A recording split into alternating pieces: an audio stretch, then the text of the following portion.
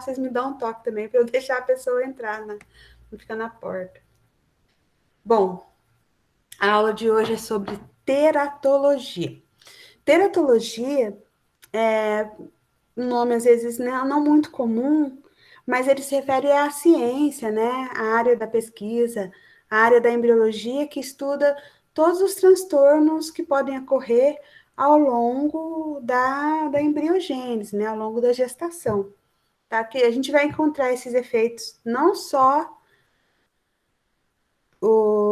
ali no nascimento, ou até o nascimento, mas eles podem aparecer até a criança, até ter 5, 6 anos, tá? Então, esse é o tema da aula, essa é a linha de uma área, né, de pesquisa que é muito importante.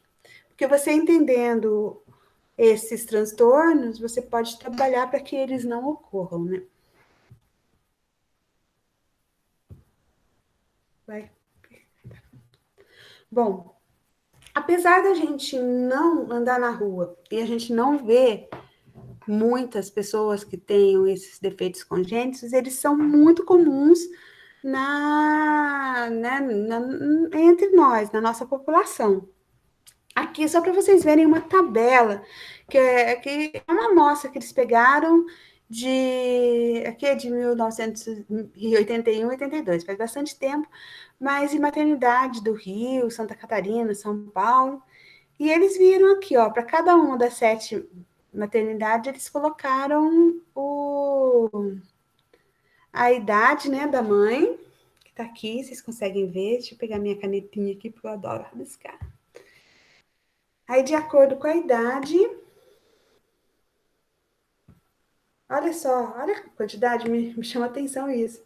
A quantidade de, por exemplo, com mães de 15 e 19 anos, a gente teve 2.054 nascimentos. Olha, 65.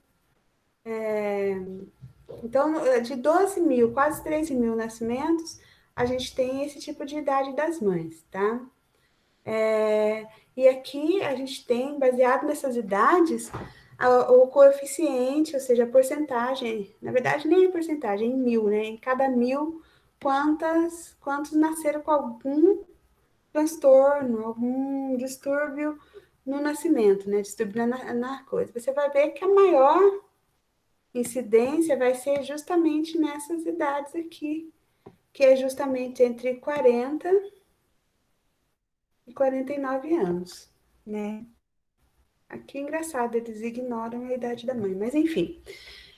Se a gente for ver no Brasil inteiro, a gente vai ter por volta de cada 100 nascimentos, 3 nascem com algum defeito congênito. Isso já no nascimento. Depois, até os 5 anos, pode aparecer esse defeito congênito, pode aparecer também, tá? Então, se a gente somar tudo, a gente tem de cada 100 nascimentos, 6 nasce com algum defeito congênito. Alto demais da conta, né? Então, é muito comum, e é uma coisa que eu gosto de falar para vocês, é escondido da nossa sociedade, né? É uma coisa que você não vê no dia a dia. Esses defeitos congênitos, por exemplo, vamos supor que aqui em Poços tivesse 100 mil habitantes. A gente teria 6 mil pessoas com defeitos congênitos entre nós, e a gente, né, não sabe mesmo, porque muitos deles não são, a gente não consegue olhar e perceber. Alguns sim, tá? Desses transtornos, desses distúrbios que tem no desenvolvimento, né, que promove esses defeitos congênitos, as pessoas não sabem por que nasceu assim. Então, a gente tem muita coisa para estudar ainda na embriologia. Descobrir o que causa esses desvios na hora do bebê se desenvolver. Então, é muito coisa. Então, 60% você não sabe o que causou. Agora, das causas conhecidas, você sabe que a maior parte vem é genético, né? 15%. 10% vem de algum tipo de fator ambiental, tá? Que aconteceu ali, que atrapalhou o desenvolvimento. E uma parte muito grande vem de herança multifatorial, que são aqueles genes, são aquele tipo de herança, sabe, de característica que você depende de vários genes. Então, um deles pode dar algum tipo de.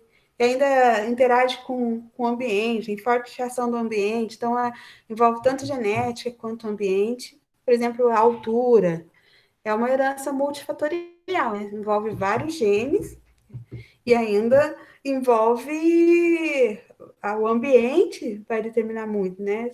Dependendo do que você vai comer, às vezes do tipo de prática esportiva que você fazer, você vai crescer um pouquinho mais, ou vai ficar mais baixinho, né? E outro que a gente viu na aula passada, a gemelaridade, né? O fato de estar gerando dois bebês ao mesmo tempo ou mais pode promover algum tipo de distúrbio ali. A gente viu siameses, viu que nasceu um muito grande, um muito pequeno, viu várias coisas ali na aula passada, né? Então, só para a gente ter esse gráfico aqui, então, se a gente colocar todas as anomalias congênitas que a gente tem, a grande parte aqui que está em azul é desconhecida, e a maior parte vai ser, o que eu falei para vocês, aquela herança multifatorial, e a gente tem uma grande parte aqui de agente ambiental, genes mutantes, e alguma coisa ali de aberrações cromossômicas. Eu acho esse nome bem, assim, absurdo, mas são coisas normais, não precisava ter esse nome. Tipo, ao invés de ser dois cromossomos, a gente tem três, que a gente é dois genes, né? Tem sempre um cromossomo homólogo ao outro ali.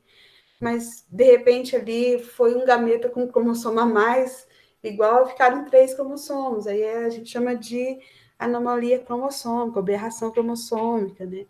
Ou quando você tem um número a mais ou um número a menos de cromossomo, algum cromossomo com defeito, tá? Por exemplo, síndrome de Down, você tem três cromossomos ao invés de dois, lá né, naqueles que a gente identifica como cromossomo 21.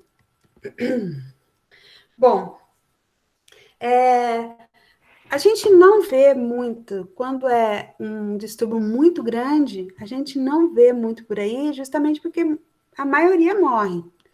Quando a anomalia é muito aguda, raramente o bebê vai sobreviver. Agora, quando for algo muito tranquilo, tipo esse aqui que eu estou te mostrando para vocês.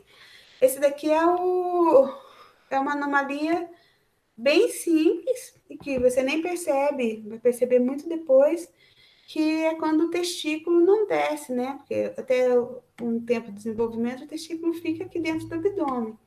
Depois ele desce aqui para geração, né? Para o saco escrotal, né? Fica aqui do lado de fora do abdômen. Então, acontece que ele não desce, e isso é uma anomalia. Então, a anomalia pode ser bem simples também, tá?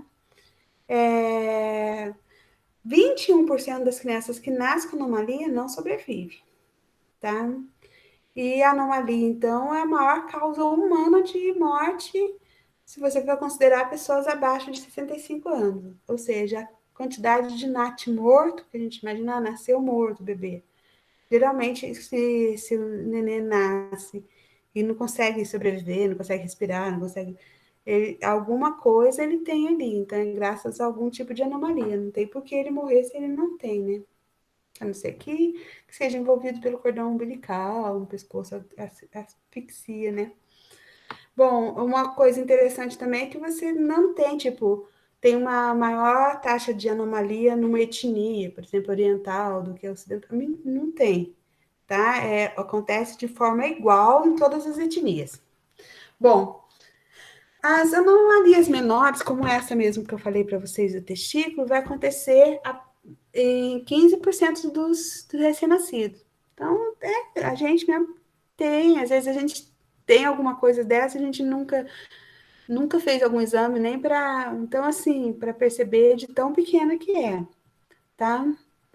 Mas é interessante que essas anomalias menores que as pessoas percebem na hora do nascimento, pode ser um indicativo que algo vai aparecer mais tarde, uma anomalia mais grave, pior vai acontecer mais tarde. Exemplo de anomalia menor é a microtia, já ouviu falar? Microtia é a síndrome de orelhas pequenas. Aqui a gente tem exemplo de três crianças que tem algum tipo de microtíria. Né, não afeta em nada a sobrevivência deles, né? Anomalia menor. Outra anomalia menor que também não afeta em nada a sobrevivência e tal, é essas manchas pigmentadas. Então, uma parte do rosto pode ter uma forte presença de manchas pigmentadas. Nasce isso já no nascimento, né, nasce. A criança já nasce com isso, então, e é dado também por um fator geralmente genético, né, e não causa nenhum tipo de, né, de consequência maior, assim. A gente tem um deputado aqui em Minas, né, não estou fazendo propaganda dele, não, é porque é característico dele, né, que é o Reginaldo Lopes, que tem isso daí. Então, assim, a pessoa está ali pública e tal, então não atrapalhou a vida dele em si. A gente tem outras, dentro das anomalias menores também, e aqui já lembra que eu falei que às vezes uma característica pode indicar uma, uma consequência maior depois? Essa aqui são quando você tem as pálpebras curtas, né? Fissura curta, você tem uma dificuldade, o olho tem que ficar. Quando você fechar o olho, a pálpebra fica muito esticada. Geralmente até fica um pedacinho assim do branco aparecendo. Esse tipo de anomalia, nem sempre, né? Sempre é nem sempre. Pode indicar que a pessoa pode ter alguma, um defeito cognitivo, alguma coisa assim no futuro. Bom, essas malformações, seja as mais graves, sejam essas menores que eu falei para vocês, ela acontece ao longo do crescimento. Sabe bexiga, quando você vai encher a bexiga?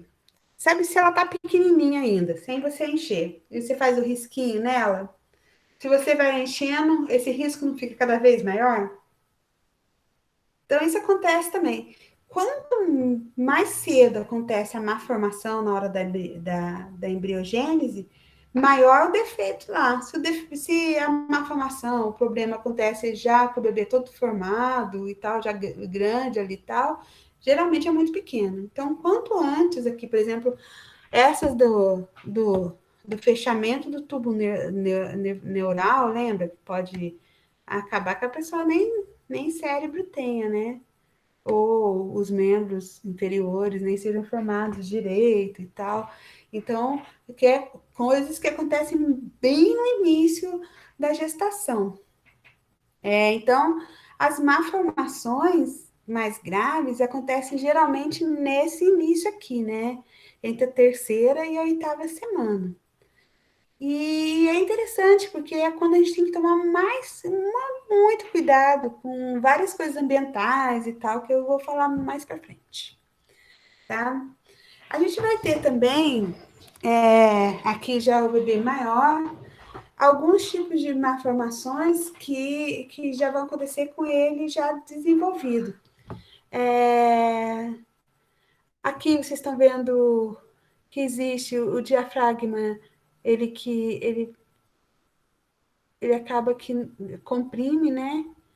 Parte aqui do trato digestório. Aqui vocês vão ver que, então, pode ter algum tipo de malformação das dobras aqui do intestino, e ela ficar, né, meio, entre aspas, um nó. E aí tem esses daqui que é interessante, ó, o bebê, ele consegue perfurar, ele enfia, danadinho, né, enfia o dedinho aqui no saco amniótico. Então, ele fica entre, lembra, o córion e o saco amniótico aqui, ó. E aqui, então, fica comprimido. Então, vai crescendo, é igual cresce, sei lá, tá crescendo um pão. Você põe um negócio aqui nele, ele cresce aqui e cresce aqui. Então, fica uma parte meio que comprimida, né? O que acontece aqui com a mão, a gente vê aqui o que aconteceu aqui. Provavelmente ele enfiou os dedinhos ali, ficou essa parte comprimida ali. Ainda, às vezes, a posição do feto ali no próprio útero, às vezes o útero é muito pequeno, Às vezes a mãe fica, sei lá, antigamente tinha muito negócio de esconder a gravidez e fica apertando muito a barriga, o bebê não consegue, as perninhas do bebê podem ficar meio que comprimidas, né? E numa posição muito apertada ali durante muito tempo. Então ele pode nascer tipo com os pés tortos e tal. Esse tipo de malformação, depois com cirurgias, uso de botas corretoras e tal, o bebê pode conseguir ter uma vida praticamente, né, igual às outras pessoas. Então, não tem muito problema. A gente vai encontrar muitas síndromes ao longo né, da teratogênese mesmo. O que é síndrome? É quando várias características, várias anomalias acontecem juntas. Por exemplo, uma formação, aqui vocês estão vendo, uma formação dos membros, junto, sei lá, com microcefalia, alguma coisa, né, no pé ou no testículo, sei lá. Quando você tem várias características acontecendo juntas, você consegue identificar isso como uma causa única. Então, você chama de síndrome, né? Então, a gente vai ter bastante síndromes aí. Quais são os fatores ambientais que podem causar algum tipo de anomalia? Então, vamos supor assim que está tudo bem, o bebê está sendo formado, não tem nenhum problema genético, cromossomo, nem nada, nem da própria fisiologia, né, da mãe, ali, o que pode acarretar uma má formação? Esses fatores ambientais é os que mais a gente pode tentar entender e evitar, né? E promover uma gestação tranquila. Para a gente entender um pouquinho dos fatores ambientais, vou começar de 1900 para frente, porque antes se acreditava que muito dos defeitos era castigo de Deus, alguma praga, alguma coisa assim.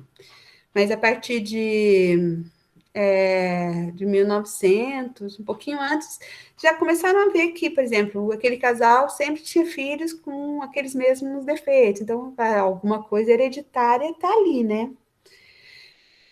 Mas ninguém pensava que algo externo poderia causar algum tipo de distúrbio. Greg, ele foi o primeiro que associou a pessoa pegar uma rubéola, né, a grávida pegar uma rubéola e o feto ter algum tipo de anomalia. Então, eu falei assim, não, então não tem nada a ver com algum defeito congênito. Ela pegou algo do meio ambiente e isso influenciou o neném. Em 61 também, então, eu disse assim, então algumas doenças que a grávida pega, vocês já falaram, então pode causar alguma anomalia. Em 61, já viram que não é só doença. Viram que as mães que consumiram a talidomida, eu vou falar mais sobre ela. Todas elas tiveram um neném, uma síndrome da talidomida. Então, nasceram com defeitos congênitos e tal. Então, remédios, outras drogas que a mãe tomam, pode também afetar ali o desenvolvimento, tá? E eles começaram a chamar, quando é droga, qualquer substância química que pode causar algum tipo de defeito congênito, a gente chama de teratógenos, né? Teratógenos. Então, esse remédio não dá para tomar, é um teratógeno. Tá? Então, são coisas que causam defeitos genéticos, coisas químicas, né? Que você toma que pode causar algum defeito genético. A rubéola é uma doença que não causa praticamente. Eu não sei se já pegaram rubéola, né? Eu não lembro se eu peguei também, mas hoje em dia quase todo mundo se vacina com rubéola.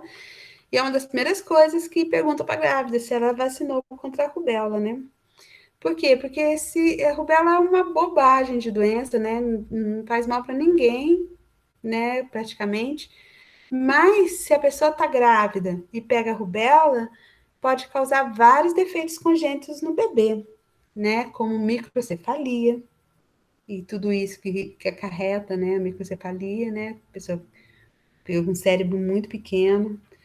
Há uma síndrome do sistema circulatório também, que a gente chama de PDA, e cegueira ou catarata. Então, assim, é muito perigoso A mãe, pessoa que raiva, né? A mãe tá ali quietinho, o bebê numa boa e recebe a visita de alguém que tá com rubéola. Pronto, né? O bebê já atrapalha todo a vida do bebê e da própria mãe, né?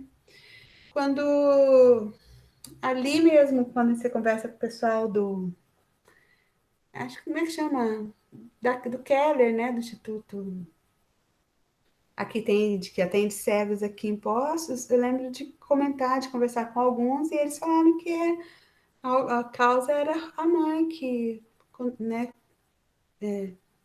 acabou sendo infectada por rubéola. Então, assim, era comum até há tempo atrás. Agora, praticamente todo mundo se vacina contra a rubéola, então é uma doença mais ou menos rara. Eu lembro que em Ribeirão Preto, quando eu estava morando, né, uma colega do laboratório, ela pegou rubéola. Gente, parecia, sei lá, sendo um filme da CIA. Nossa, e todo mundo, a vigilância sanitária entrou em contato com todo mundo que ela teve contato e fez a gente tomar. Eu falei, mas já tomei vacina. Não, vai tomar de novo. Fez a gente tomar uma dose extra de vacina contra a rubéola, pediu para a gente qualquer outro sintoma avisar, e ela teve que ficar em casa, isolada, por 15 dias. Não porque ela não conseguia trabalhar, mas porque o fato dela sair por ali, ela podia contaminar alguém que estava grávida. Então, aqui no Brasil, a vigilância é muito grande com quem pega a rubéola. Outro efeito ambiental, né, é que é o uso de remédio. Esse daqui ajudou muito a entender como que a grávida não pode tomar qualquer remédio. Logicamente, a talidomida, ela não era um remédio proibido para grávida. A talidomida surgiu por volta de 1950 e poucos, 57, se não me engano. Foi desenvolvido lá na Alemanha e era um remédio, veja só, gente, era um remédio contra enjoo, contra dores de maneira geral, principalmente de cabeça, e ainda contra a insônia, promovia um soninho gostoso.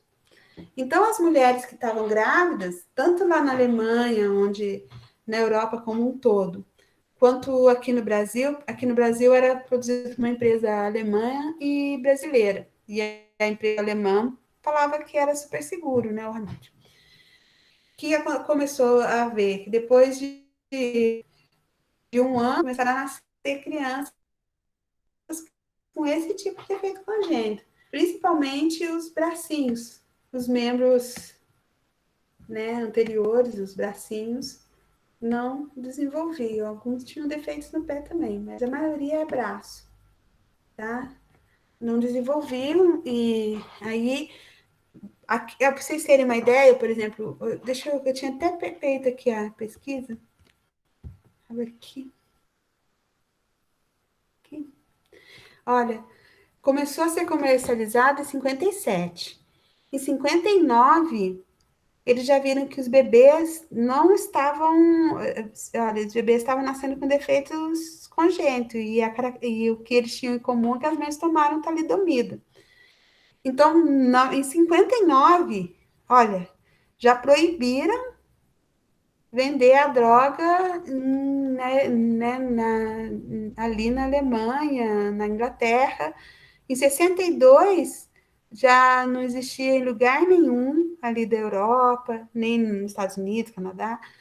Aqui no Brasil, só você vê como que aqui no Brasil, só em 65, se não me engano, a gente começou a divulgar que não que tinha algum poder ser ruim. Isso é a imprensa falando, olha como o poder da imprensa.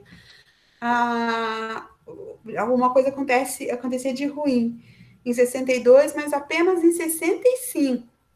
Nesse tempo, vocês imaginam a quantidade de bebês que nasceram com algum tipo, com esse defeito congênito, de mães que tomavam talidomida enquanto grávida para passar o tal do enjoo. Calcula-se que mais de 10 mil crianças, isso já em 1960. Agora, aqui no Brasil, a gente teve mais 5 anos depois disso. Então, a gente tem muitas crianças que tiveram esse defeito congênito. Então, essa empresa que produzia foi julgada e elas, obrigatoriamente, elas pagam aqui, tá vendo? A mãozinha sai daqui. É muito comum. Antigamente era muito comum a gente deparar com pessoas com esse tipo de defeito congênito, né? E obrigaram essa, que é uma farmacêutica super rica, a pagar uma mensalidade de reparação, porque essas pessoas tiveram, né, o poder de trabalho meio que prejudicado. E agora, há pouco, eles quiseram interromper. Então, essa reportagem é justamente isso, falando para que um grupo de brasileiros, né, estavam entrando, tentando recorrer para receber a indenização, mais do que justo, né? Então, hoje se vende ainda no Brasil, que eu acho um absurdo, né, gente? Porque tem tantos outros remédios para enjoo, sei lá o quê. Mas, assim como tem no cigarro, tem aviso, tem aquele preto, tem vários avisos assim na caixinha para a pessoa não tomar, caso tenha alguma chance dela estar grávida. Bom, quais são os princípios dessa ciência que estuda os defeitos congênitos, né? É, estudar, né, pesquisar os fatores que determinam a capacidade de um agente a produzir os defeitos. Então, isso daí, em qualquer remédio que vai ser lançado, eles falam, ó, tem que testar em grávida também. E se não sabe os efeitos em grávida, obrigatoriamente, pode não fazer mal nenhum, tem que colocar esse remédio não foi testado em grávida, então não deve ser consumido por elas, porque você não sabe o que vai acontecer, né? E por exemplo, as vacinas, né? As vacinas que a gente está tomando agora, eles testaram em milhares e milhares de pessoas, né? A toque, assim, nunca um esforço foi feito de tamanho para trazer para a população vacina, né? Investindo muito dinheiro, muito recurso humano para tudo isso, porque é uma urgência, né? Mas não deu, eles testaram em pessoas acima de 19 anos, né? Eles não testaram nem em criança, nem em grávida. Então, por isso, as vacinações que estão acontecendo agora é para vacina praticamente todo mundo de 19 anos, a não ser quem tem algum tipo de, né, imunodepressivo, sei lá o que, alguma coisa assim. Mas, e não vacina criança e nem vacina grávida. Ah, porque a vacina faz mal para grávida, faz mal para criança? Provavelmente não, mas a gente tem que testar antes de liberar para a população. Agora tem algumas que já estão testando para crianças e estão testando. Para grávida é complicado, mas tem, se não me engano, a Pfizer começou a testar nas grávidas também, mas por enquanto ainda não tem o número ainda para falar que faz bem ou mal. Bom, então, uma parte da teratologia, uma grande parte da teratologia estuda o genótipo, tipo, quais genes são mutantes e promove algum tipo de distúrbio. Vê também a interação do ambiente em cima da expressão desse gene, que às vezes a pessoa tem um gene que pode atrapalhar o desenvolvimento, mas precisa de algum fator ambiental que vai fazer esse gene ser expresso, né? Então, é uma interação gene-ambiente. Uma das coisas também que a teratologia, quando esse fator vai começar a fazer efeito. Tanto é que você já deve ter feito, ó, esse medicamento não deve ser consumido no primeiro trimestre. A partir do segundo não tem problema nenhum. Então, porque aquele medicamento no primeiro trimestre sim é perigoso, depois deixa de ser. Então, quanto tempo, as doses, tudo isso se estuda na teratologia, tá? Então, você grávida só pode tomar até essa dose, depois não, porque já vai fazer mal para o bebê.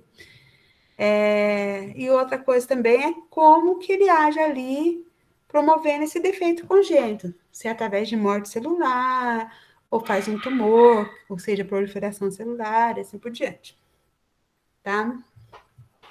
A gente pode dividir os teratógenos, ou seja, os agentes que vão causar essa modificação no desenvolvimento da criança, em três tipos: físico, por exemplo, radiação, né? Químicos, né? Essa radiação, você vai tirar um raio-x, a primeira coisa que eles perguntam, grávida? Não. Químicos, drogas, medicamentos e tal, e os teratógenos biológicos, que são aqueles que causam infecção, né? Bactéria, protozoário, vírus, né? Bom, falando dos agentes biológicos que causam algum tipo de defeito congênito, a gente pode falar dos vírus, né? Que dá a da rubéola, que era muito comum. Hoje, como grande parte das mulheres são imunizadas, né, a grande maioria do Brasil, esse vírus praticamente, a taxa de transmissão dele praticamente não existe, né? É muito pequena mesmo. Então, a gente diminuiu demais a quantidade de defeitos congênitos por rubéola. A herpes pode causar defeitos congênitos também. E a herpes, geralmente o bebê pega, olha só, ele desenvolveu bonitinho. Mas na hora do nascimento ali de parto natural, se a mãe tem herpes, é ali no momento do nascimento que o bebê acaba se contaminando. E desenvolve, né, pode desenvolver várias coisas a partir dali. AIDS também, varicela, que lembra um pouco rubéola, tudo isso pode causar um tipo de defeito congênito. Um que é muito conhecido, que é que eles falam que quem tem gato, quem tem cachorro, tem que tomar muito cuidado, é a toxoplasmose, né? Que é um protozoário que geralmente é transmitido por esses animais domésticos. Ele pode causar cegueira, pode causar alguma calcificação cerebral, comprometendo alguma área importante ali do cérebro. Então, é bem perigoso. Tá? Então, é só dar uma ideia do que aqueles agentes que eu falei, que os agentes biológicos podem causar. Só está citado alguns, né? Um importantíssimo, lembra do Zika vírus, né? Até há pouco tempo, que causava microcefalia, teve muita gente, né? Muitos bebês que nasceram com isso. Então, os bebês eram para nascer completamente, né, inteiros, assim, e infelizmente por contrair esse vírus da Zika, por causa de um mosquito, né, o vírus ali no... o bebê, o cérebro não desenvolve direito, né, e eles nascem com microcefalia. O Zika é um exemplo. Toxoplasmose, eu tinha falado para vocês, pode ter hidrocefalia também, então um acúmulo de água no cérebro, nasce né, um cérebro bem com o crânio, né, a cabeça bem grande também,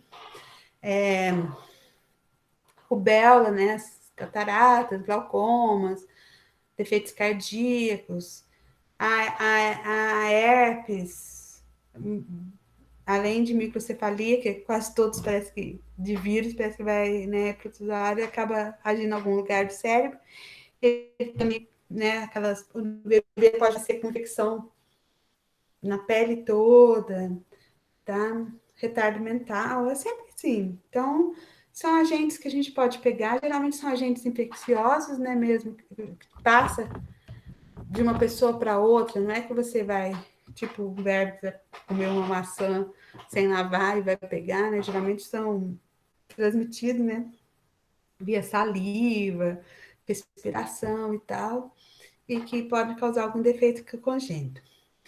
Uma outra coisa, uma característica dessas viroses, né, tipo rubéola, etc., a zika mesmo, é ter febre, né? Então, a febre também pode, o aquecimento do nosso corpo ali, pode causar alguns defeitos congênitos também, tá?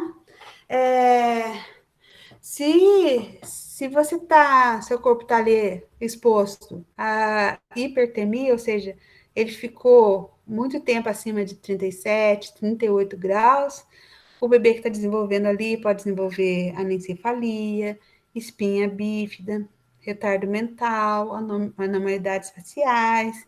Por isso se recomenda que grávida evite banhos, muitos banhos quentes, né? Muito demorado, sauna, principalmente ali no comecinho da gravidez, tá? Bom, Indo aqui Gente, qualquer dúvida, vocês me falam, tá? Os efeitos físicos, né? Os agentes físicos, o mais comum, assim, é a radiação, né? É, ela é um efeito que geralmente mata células que estão proliferando. Tanto é que a pessoa, quando tem câncer, que é um tipo de tumor, né, de proliferação de célula, faz o tratamento ali de radiação, né, chama radioterapia, justamente impedindo o crescimento dessas células. Mas imagina isso, a gente fazendo esse efeito no embrião, que justamente depende da proliferação das células para se desenvolver. Então, acaba causando, assim, mas é muito mais grave que o infeccioso, né? Acaba causando anomalias muito mais graves. Uma das coisas, assim, mais absurdas que a gente tem de exemplo de radiação na gravidez é justamente com a Hiroshima, né? A bomba atômica, que depois ficou muito tempo, uma radiação muito alta ali naquele lugar. Então, praticamente, uma geração inteira morreu, né? Olha, as mulheres tiveram, por volta de 30% teve aborto, dos que nasceram, 25% morreu ou no momento do nascimento ou até completar um ano, e ainda o 25% que sobraram ali, na verdade, os 10% não teve, mas 25% ainda teve defeitos congênitos muito, mas muito graves. São coisas assim, que nem dá para mostrar para vocês, assim, os efeitos congênitos que acontecem na radiação. E o pior de tudo, esse pequeno que sobreviveram sem defeitos congênitos graves, né? Ajuda aí, gente, ó. 30 mais 25 mais 25, 50.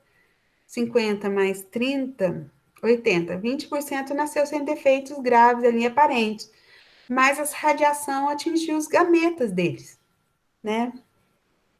Então, essas mutações foram para as próximas gerações. Então, até hoje, e a bomba de Hiroshima foi há muito tempo atrás, até hoje a gente tem consequências dessa bomba aí, tá? Então, aqui a quantidade de mortos, aqui alguns defeitos congênitos que a gente tem pela, pela radiação, pela guerra, né? Extremamente triste.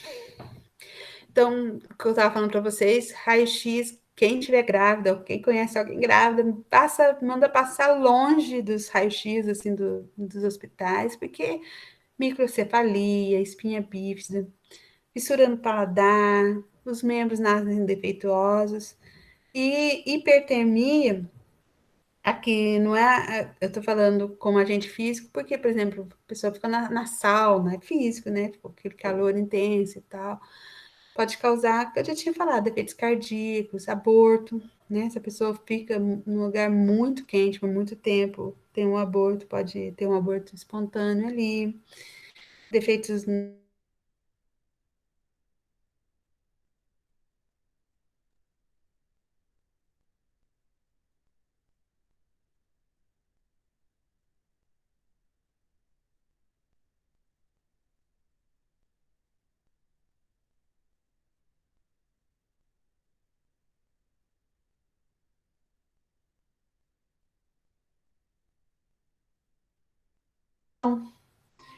E acho que alguém.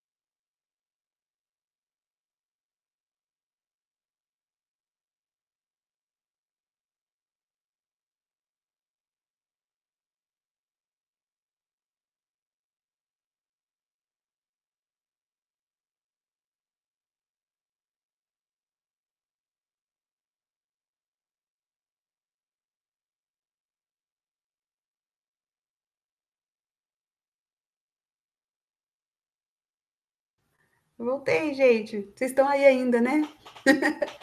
Desculpa, caiu de novo. Eu acho que eu tenho que pôr para apresentar de novo e continuar gravando. Peraí. Mas eu vou descobrir logo, né? Vocês ficaram muito tempo parado aí. Dessa vez eu escutei um barulho. Tá gravando ainda? Então tá bom. Ó, vou continuar onde. Vocês têm alguma dúvida enquanto eu tô pondo aqui? Eu acho assim que são conhecimentos tão importantes, né? E às vezes as pessoas não sabem, né? De coisas que podem afetar a gravidez. Eu vou.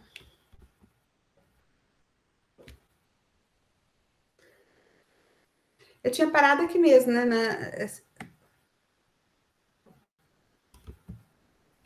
Pessoal, eu tinha parado nas substâncias químicas mesmo, né? Eu percebi logo que eu caí, né? Deixa eu pôr aqui, eu não tô vendo. Tá certo. Era, né, nas substâncias químicas? Então, tá, vamos lá. Bom, substâncias químicas é um pouco complicado da gente, dos médicos, né, das pessoas perceberem qual é a substância química que causou aquela má formação, justamente porque são 9 meses de gravidez e os defeitos congênitos maiores se dão ali no primeiro, segundo mês de gestação. Então, é muito difícil a mãe lembrar do que foi que ela tomou quando estava no comecinho ali da gravidez.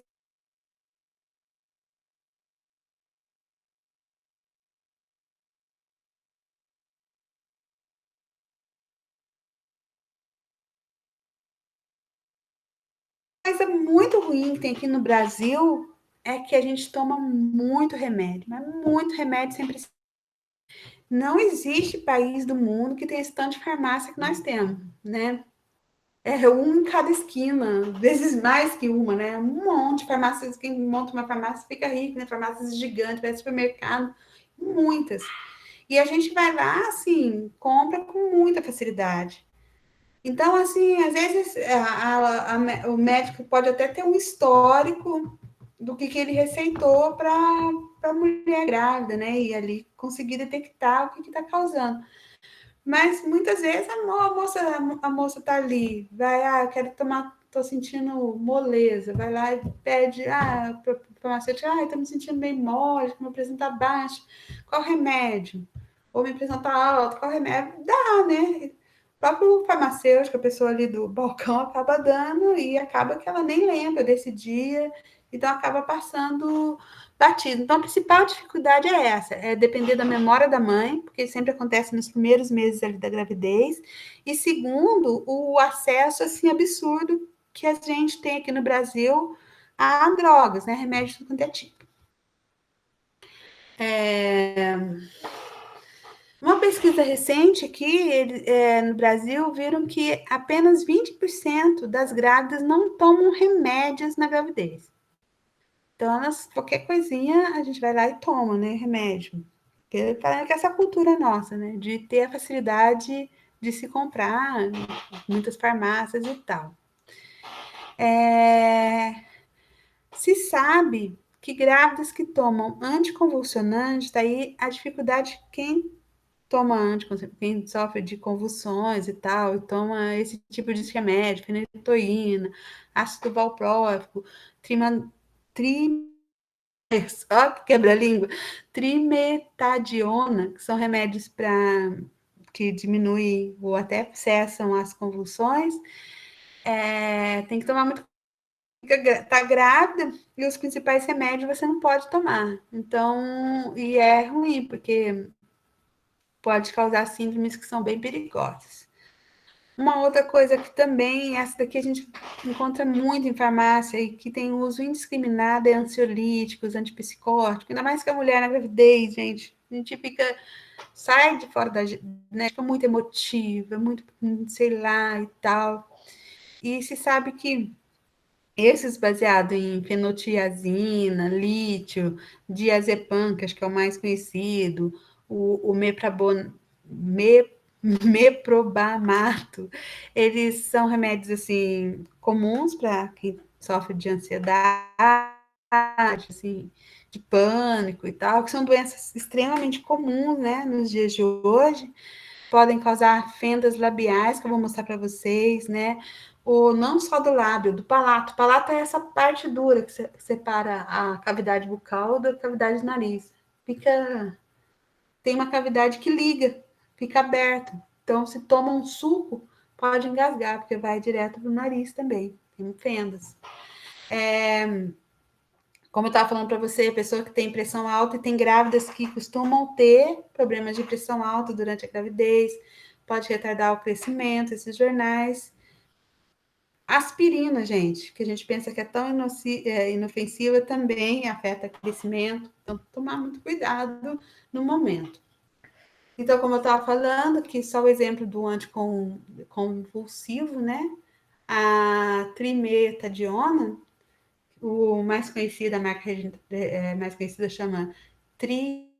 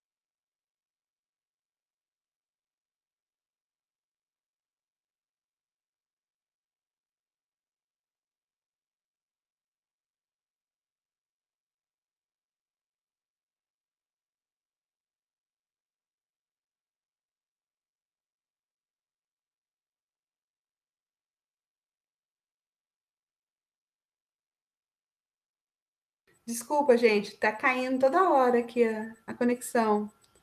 Eu fiquei muito tempo fora ou acabei de cair?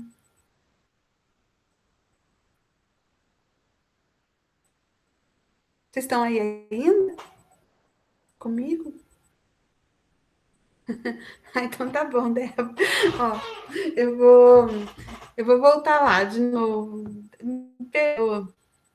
É, né?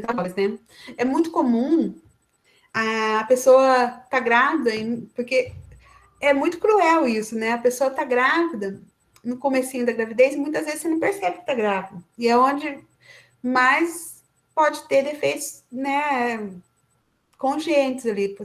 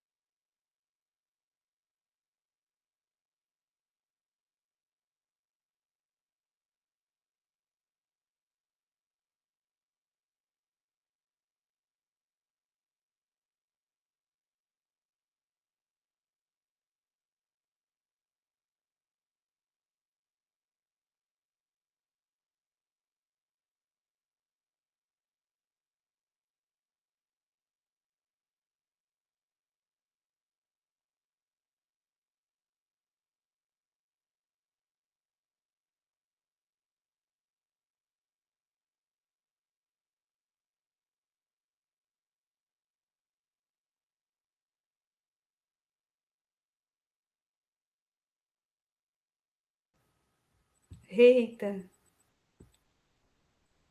tô aqui, gente. Não desistem de mim, não. Não sei o que tá acontecendo, não. Vocês têm. De vocês é auto center? Aqui em casa tá. Ou tá aqui. Então, essa daqui, olha, a cabeça é pequena, essa parte é rebaixada, o olho, ele é meio redondinho, assim, ele é estreito dos lados e bem abertinho, assim. O nariz é bem curto, arrebitadinho, e essa parte aqui, consequência do nariz ser curto, né? Ele é bem grande, o lábio superior bem fino, é isso, tá? Vai ter uma bochecha não.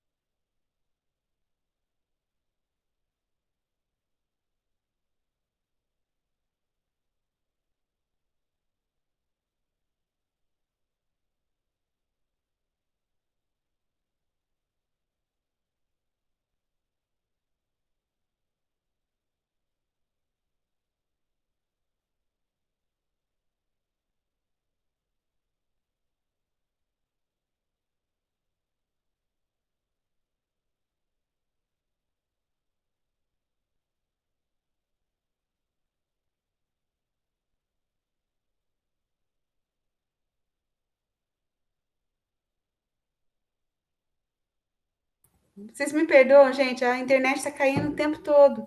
Mas assim, aí depois, acho que está gravando ainda, né? Aí depois quem for assistir vai dar umas adiantadas nesse período. Ai, que paciência você tem que ter. É, nossa, desespero. Enfim.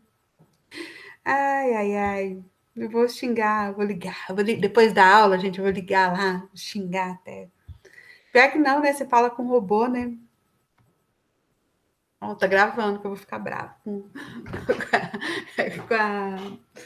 com a Center. Não sei, tá muito instável. Fazia tempo que não ficava ruim, não. O que eu tava falando para vocês é justamente do cigarro, né? Que o cigarro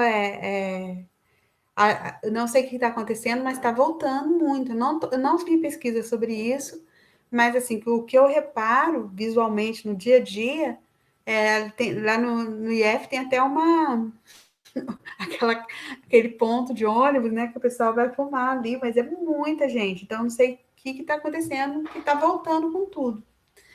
Mas, assim, além de tudo que o cigarro causa, e eu acho o cigarro uma coisa super injusta, né, gente? Porque eu acho que comercialmente é um negócio muito antigo.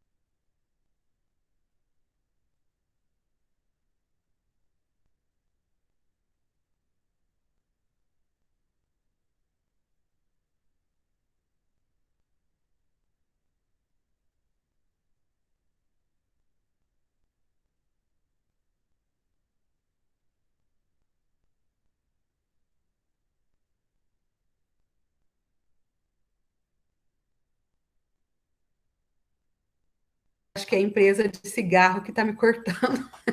Não vou falar mal, mais mal deles, não. Porque eu acho que eles estão assim, eu vou. Sei lá, tá me sabotando. Ai, ai, ai. Eu só começar a falar mal do cigarro, ele já cai. Próximo, eu vou falar da cerveja. Ah, não, vou mudar logo. Vou falar rápido, vou terminar rápido, gente, para vocês não terem. Eu tô agradecendo demais a paciência que vocês estão tendo comigo. Ó, então, e eu acho feio. Então, assim, ó, tá aumentando demais. Lembrem que a pessoa não é só quem fuma que traz mal. Então, por exemplo, a pessoa tá grávida e convive com fumante, ela tá ingerindo ali aquela fumaça o tempo todo e também pode fazer mal para o bebê, tá? É, é muito feio, né? Eu acho uma imagem feia, uma pessoa que está grávida e está fumando, né? E tem uma coisa assim que a criança pode. Isso acontece com qualquer outra droga que a mãe usa, por exemplo, cocaína, sei lá, essas outras todas que tem por aí. Inclusive nicotina, né? Do cigarro. A criança nasce viciada.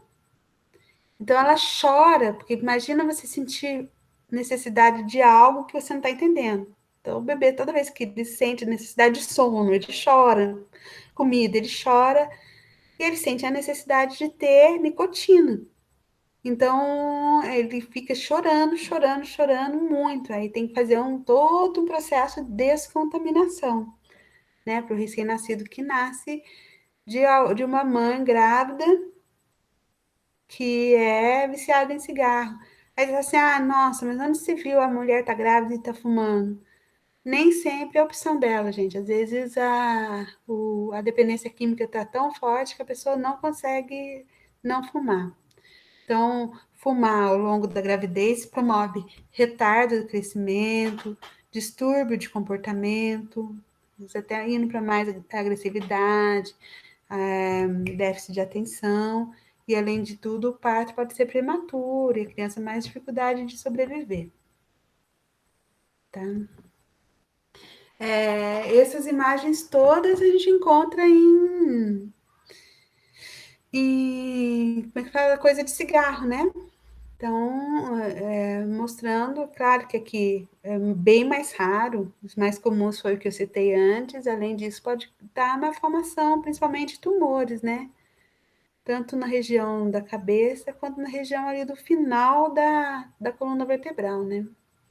Então, muito cuidado, porque além da nicotina, o cigarro ainda tem centenas de outros produtos que podem causar algum tipo de distúrbio. Não sei se vocês já tomaram, eu já tomei um pouquinho, só que eu parei, porque apesar, como eu tô, né, como é que fala, na flor da idade, tô ali nos meus 18, 19, tava com muito espinho, brincando, não sei porquê, depois de velha, comecei a ter muito espinho. Aí eu fui lá no médico, e aí ele falou assim, você vai tomar esse remédio, é a melhor coisa que tem, e realmente é. Então, assim, em pouco tempo, a pessoa que tá com muita espinha, ou qualquer tipo de coisa na pele, ele dá uma descamada, renova a pele, você fica com a pele super bonita, tá? É, o mais famoso é o Roacutan.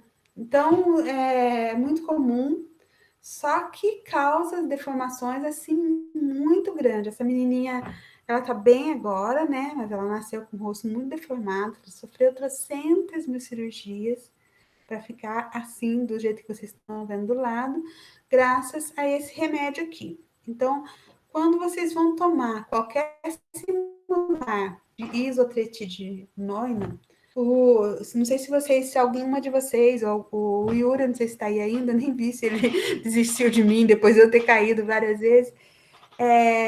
Você tem que fazer assinar um monte de termos garantindo que você não vai ficar grávida.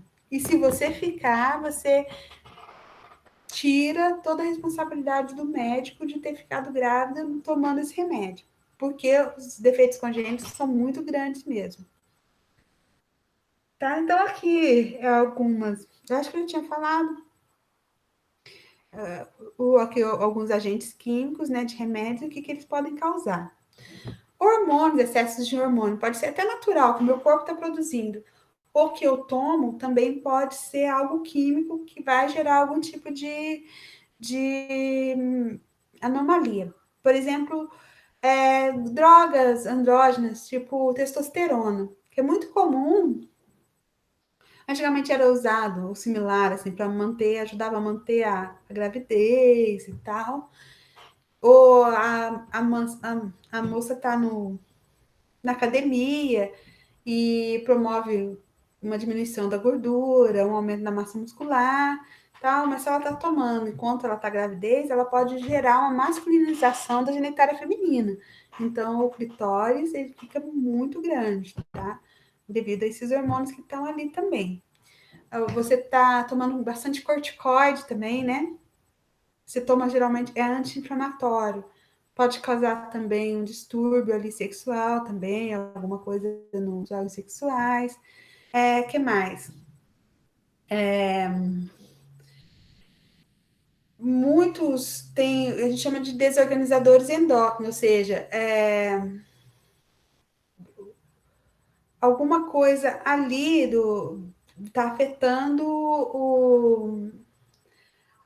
por exemplo, o local onde daria origem à vagina não recebe, tá atrapalhando o receptor ali, então ele não consegue reagir muito bem com os hormônios, né, que iriam modificar, desenvolver aquela região, né?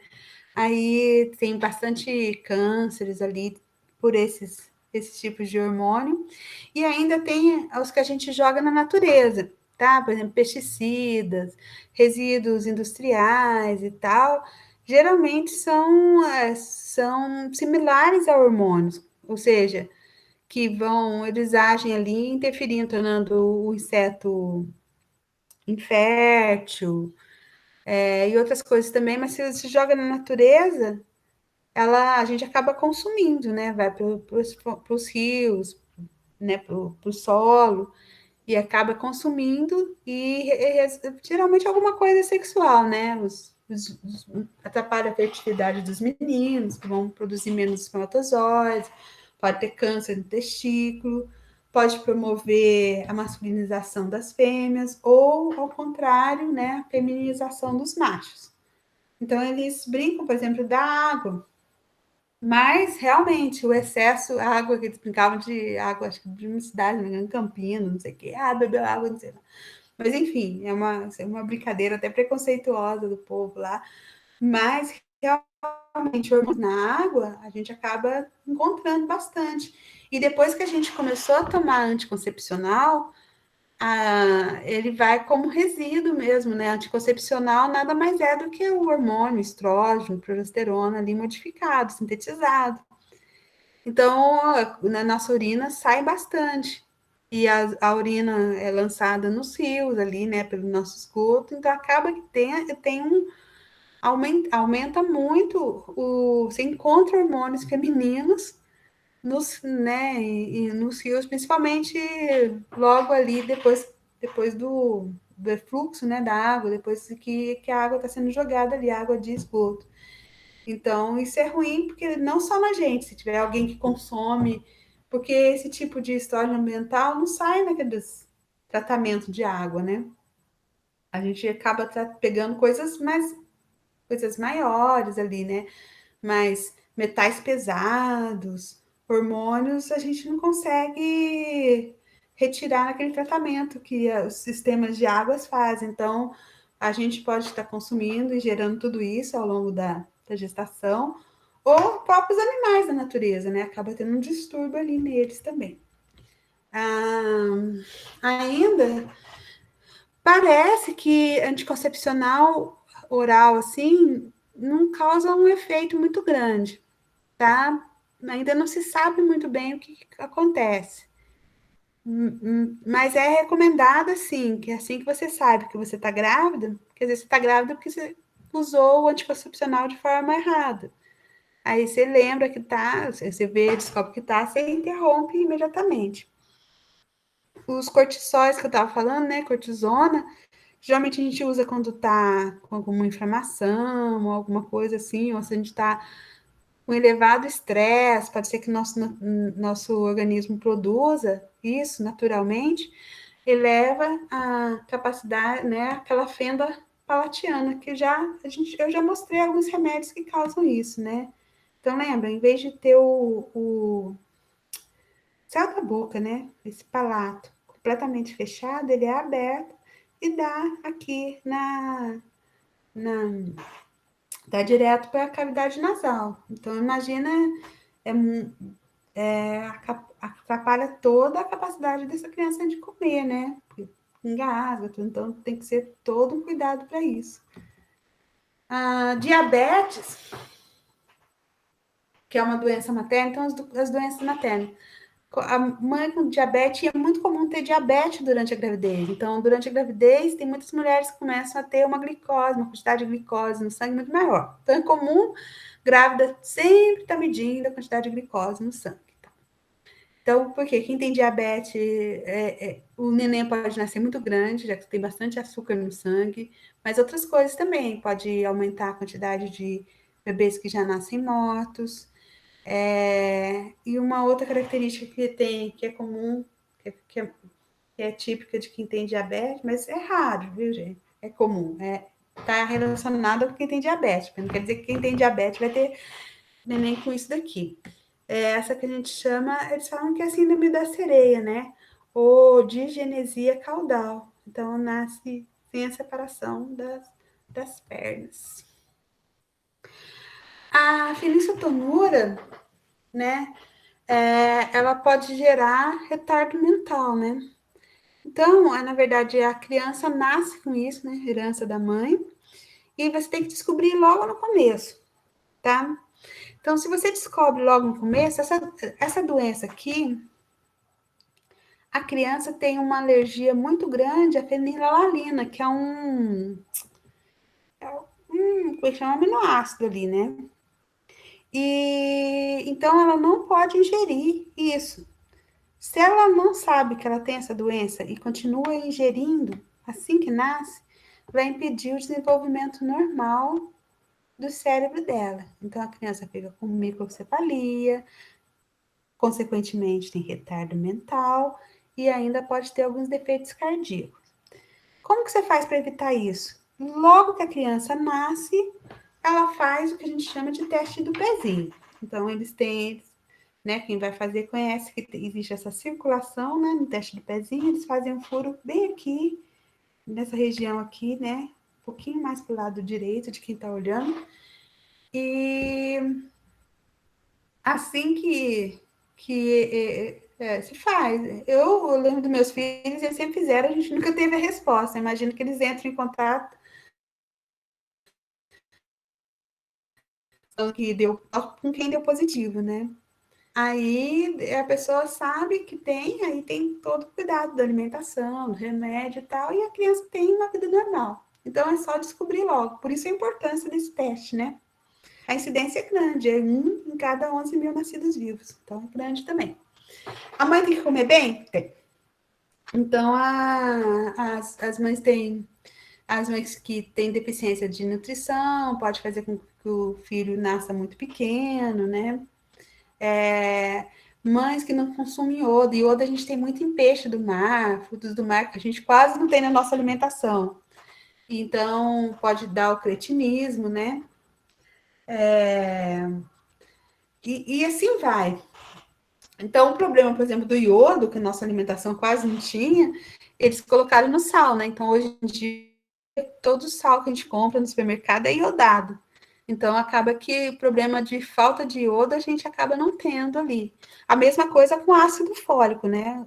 Toda a farinha de trigo praticamente tem ácido fólico, então a criança não nasce com aqueles problemas grandíssimos que tem a falta de ácido fólico. É interessantíssimo, por exemplo, a vitamina A. Se você não toma vitamina A durante a sua gravidez, a criança pode nascer com defeitos graves assim na visão, com lábio leporino, problemas genitais, urinário, mil, se você não toma. Agora, se você está encanada e não quer nada disso em cima e começa a tomar muita vitamina A, vai ter malformações também. Então, tem que ser sempre na dose certa.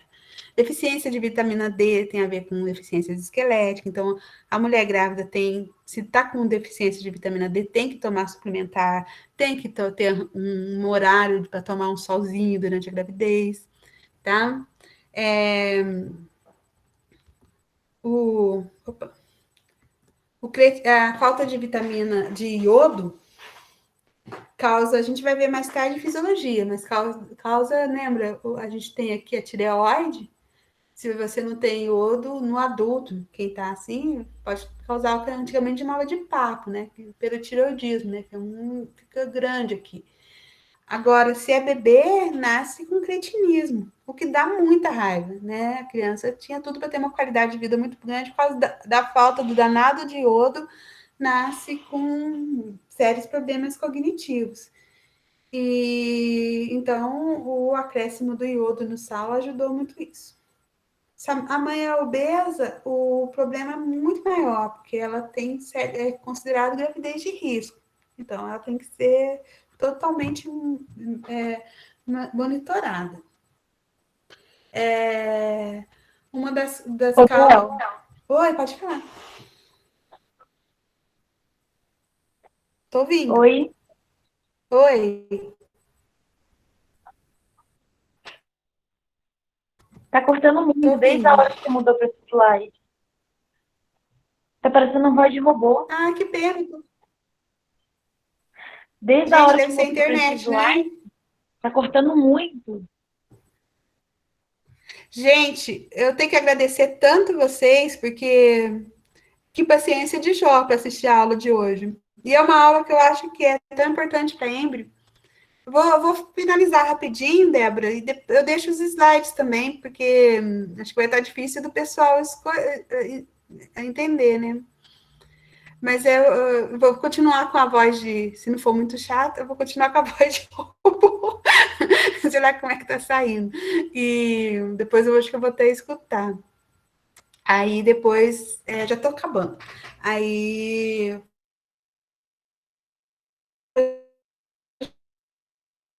deixar, tô falando da mãe obesa, tá? Que ela tem, assim, uma dificuldade muito grande, né? Ela é uma gravidez tida como risco e tem alguns estudos falando que crianças de mãe obesas têm um...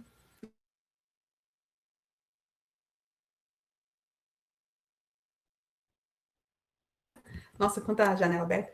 Crianças de mãe grávida, de mãe grávida, crianças de mãe obesas têm uma baixa imunidade, tá? Então, ela tem que ter um cuidado muito maior na pré-gestação. Tem uma, só para finalizar, que eu acho bem interessante, que é quem nasce em alta altitude. Crianças que vindas de mãe, assim, que estão a 3, 4, 5 mil metros moram em lugares muito altos, né, de altitude, assim, bem elevada, elas costumam ter menor peso e menor altura. Eles associam isso porque lá em cima a pressão de oxigênio é bem menor, né? Então, teoricamente, eles recebem menos oxigênio e as células proliferam menos e tal, o metabolismo acaba sendo um pouquinho menor, então eles nascem menor também. Os metais pesados, que também. Nossa, a gente praticamente. O metal pesado, acho que dos efeitos ambientais, é o mais difícil da gente evitar, porque está no nosso alimento, né? A gente está tão. Está tudo tão contaminado com metal pesado que é difícil a gente encontrar algo que não tem. Então, cereais, peixes, né? Frango, porco, tudo isso tem muito mercúrio, tá? Chumbo, ele causa, o mercúrio vai causar paralisia cerebral. Dá muita dó. Vocês estão acompanhando a situação das tribos da Amazônia, que estão sendo contaminadas gravemente por mercúrio dos garimpos ilegais. A quantidade de de aborto que está tendo, de crianças que estão nascendo com paralisia cerebral. E por isso que o pessoal está entrando na ONU, em outros órgãos internacionais, falando em genocídio mesmo, porque a população indígena, que já é muito pequena, está tendo um dano imenso com esses garimpos ilegais que estão sendo permitidos ali perto deles, está gerando essa contaminação muito grande com das crianças, dos indígenas dali. Chumbo também. Nossa, chumbo a gente tem muito no ambiente. Causa aborto, doenças neurológicas, retardo do crescimento. Então, são os metais aqui só para vocês verem. Então, pilhas, baterias, que estão cheias de chumbo. Você joga isso no aterro sanitário, contamina a água, né? Tanto a subterrânea quanto dos rios e riachos dali. O mercúrio, tá falando ali, olha a quantidade que recebe por ano, muito mesmo, o mar contamina todo o ambiente marinho e chega na gente, porque a gente precisa do ambiente para comer. Então, o alimento que a gente come vem com esses metais pesados. Aqui, só porque eu acho que as crianças são tão punidas por isso, né? Pela forma que a gente age errado. Aqui é na guerra, né? Eles viram na guerra entre 2003 e 2011, lá no Líbano, que tinha muita guerra, no Irã. Eles dizendo que as crianças tinham 50 vezes mais chumbo e outros metais pesados do que crianças de lugares que não tinham guerra. Então, assim, já é um sofrimento tão grande e é um sofrimento que vai ser levado para o resto da vida, né? Não só depois que a guerra acaba. E aqui falando do mercúrio também. E tem um também, principalmente que afeta muito o bebê, é o bisfenol, já ouviram falar nisso? Tem até antigamente tinha muito em mamadeira. Agora, quando você vai comprar mamadeira, quando você vai comprar, sei lá, tapoé, aquelas coisinhas, qualquer recipiente de plástico, eles falam assim, livre de bisfenol, ou livre de BPA, né? Sei lá. Por quê? Porque essa substância aqui pode causar algumas coisas no bebê, no caso, nascimento prematuro e tal. Se a mãe, por exemplo, você esquenta no micro-ondas algo no recipiente que tem esse bisfenol, já é ruim para você, já é ruim para o bebê. E depois as mamadeiras eram feitas disso também, né? Do plástico que tinha esse resíduo também. E aí, quando você esquentava a madeira, o bebê tomava, também dava um monte de. Depois que nasce, também dá um monte de inflamação no nascimento. Ah, que legal, gente. Então, estão me oferecendo que. Acho que na época que eu queria comprar miocárdio. Bom, é, o que é mais importante dessa aula? Terminei, gente. Obrigada pela paciência. Que a gente pode. A gente sabe que a maior parte dos defeitos congênitos, né, que a gente tem, a gente desenvolve, né, na espécie humana, a gente não sabe bem a causa, mas por isso que a ciência está aí para tentar descobrir. E provavelmente são esses resíduos que a gente come, nem é em remédio nem nada, mas por enquanto a gente sabe que tem muitos que são de causa ambiental, e desses de causa ambiental, pode ser por alimento, pode ser por agentes químicos, físicos, biológicos, a gente consegue evitar, tá? Então, assim, o poder da educação é muito importante, porque ela ajuda a prevenir todos esses casos de desenvolvimento que são anormais.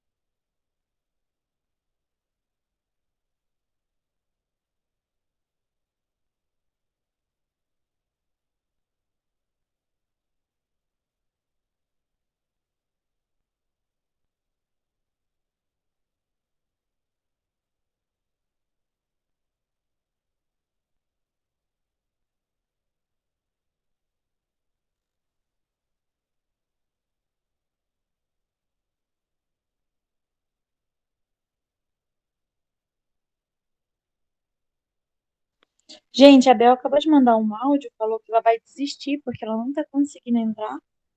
Mandou um beijo pra todo mundo e falou que quem assistiu a aula não precisa fazer um resumo.